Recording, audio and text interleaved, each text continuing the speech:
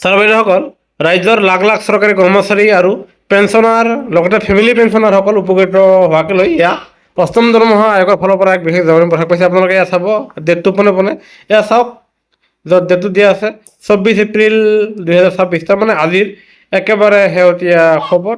আৰু এয়া প্ৰকাশ পাইছে, এয়া চাওক আপোনালোকে, গভৰ্ণমেণ্ট অফ ইণ্ডিয়াৰ 8th চেণ্ট্ৰেল পে' কমিশ্যনৰ ফালৰ পৰা প্ৰকাশিত এই জাননী, যাৰ ফলত এয়া কৰ্মচাৰী পেঞ্চনাৰসকলে জানিবলগীয়া এক অত্যন্ত খবৰ। ইয়াতে যি লিখা আছে, প্ৰথমতে লিখা আছে যে ইতিমধ্যে অষ্টম দৰমহা আয়োগ কৰ্তৃপক্ষৰ সৈতে অহা 28 এপ্ৰিল আৰু 30 এপ্ৰিল তাৰিখে দিল্লীত যি বৈঠক অনুষ্ঠিত হ'ব, আৰু সেই বৈঠকত কৰ্মচাৰী সংগঠনসমূহে, আপোনাৰ পেঞ্চনভোগী সংগঠনসমূহে আৰু অন্যান্য কৰ্মচাৰী পেঞ্চনাৰ আৰু অন্যান্য সংগঠনসমূহে যি তেখেতসকলে অষ্টম দৰমহা আয়োগৰ সৈতে যে এক বৈঠকত মিলিত হ'ব, আৰু সেই বৈঠকতে পেঞ্চনাৰসকলৰ সমস্যাসমূহ, অন্যান্য কৰ্মচাৰীসকলৰ সমস্যাসমূহ তুলি ধৰিব।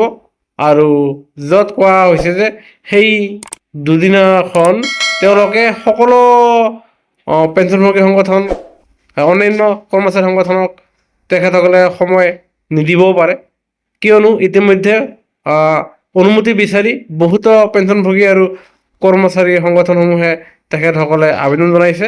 আৰু তেনে ক্ষেত্ৰত যদিহে কিছুমান কৰ্মচাৰী আৰু পেঞ্চনভোগীক অষ্টম দৰমহা আয়োগৰ কৰ্তৃপক্ষৰ ফালৰ পৰা যদিহে সময় দিব নোৱাৰে, তেনেহ'লে তেওঁলোকে ইয়াৰ পিছত মে' মাহত ভাৰতৰ অন্যান্য ৰাজ্যৰ লগতে কেন্দ্ৰীয় শাসিত অঞ্চলত অষ্টম দৰমহা আয়োগৰ মানুহবোৰ যাব, আৰু সেই আয়োগৰ সৈতে আপোনালোকে পৰৱৰ্তী সময়ত লগ কৰিব পাৰিব বুলি এই জাননীৰ যোগে জনা গৈছে।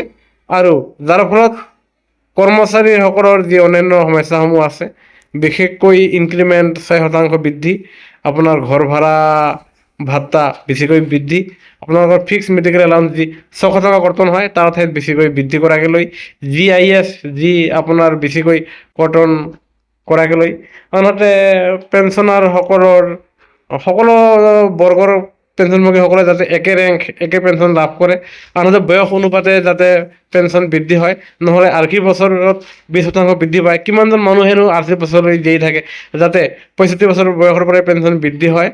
আনহাতে কম্পিটিশ্যনৰ সময়সীমা 15 বছৰৰ ঠাইত যাতে 10 বছৰ কৰে।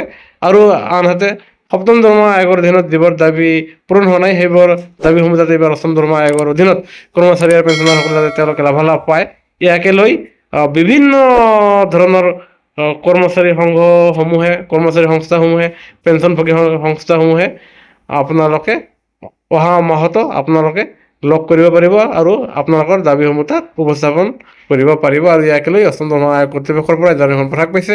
আৰু সেয়েহে কৰ্মচাৰী পেঞ্চনৰ প্ৰতিটো শেহতীয়া জাননী সকলোতকৈ আগত তথ্য পাবলৈ আমাৰ চেনেলটো নিশ্চয় লাইক এটা দি ছাবস্ক্ৰাইব কৰিবলৈ নাপাহৰিব। ধন্যবাদ।